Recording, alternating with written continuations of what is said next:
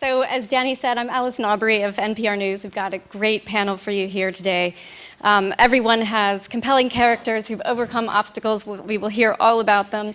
Just a short note on the appeal of putting food at the center of your life's work. I think that once you're using food as a lens, you have easy access to all of the important issues of the day. So if you know that your audience loves donuts, well, maybe they'll be interested in the idea of deforestation due to palm oil. If you connect it back to donuts, if you know your audience loves tomatoes, well, perhaps they might be interested in the plight of workers who pick them. So telling the story of food, from where I sit, there's a little bit of a formula. You find the thing, the way that you're going to connect with people, and then they're much more interested in the broader issues, be it climate change, income inequality. So simply put, in my work as a journalist covering food, we sort of hit it from all angles. Certainly food is part celebration, food is part nutrition science, we do a lot of that, but increasingly we simply see food as the lens into all of the important issues of the day. So let me introduce our panelist, Roger Thoreau, right here.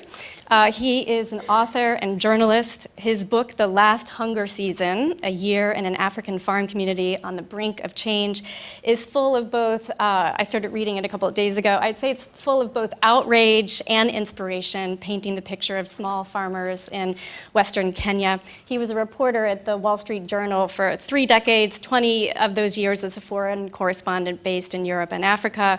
After leaving the Journal, he joined the Chicago Council on Global Affairs as Senior Fellow for Global Agriculture and Food Policy.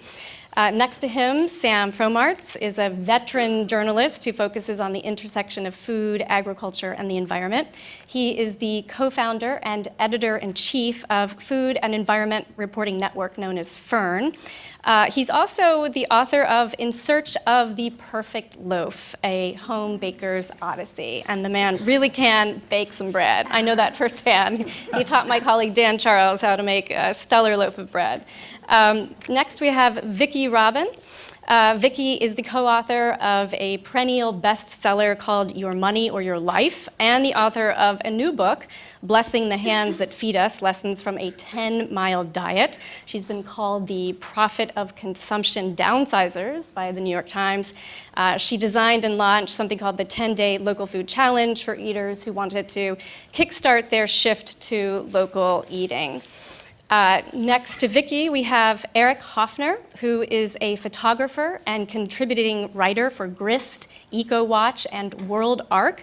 When he is not on assignment, his day job is outreach coordinator at the award-winning literary journal of the environment, Orion. He is also an exhibiting member of the Vermont Center for Photography.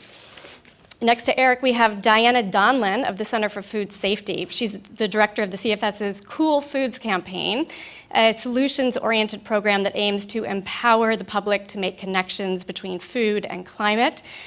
She served in the Peace Corps in Morocco. She speaks French and Spanish. She lives in Marin County with her husband, her teenage sons, her Maine Coon cat, and her 3 chickens.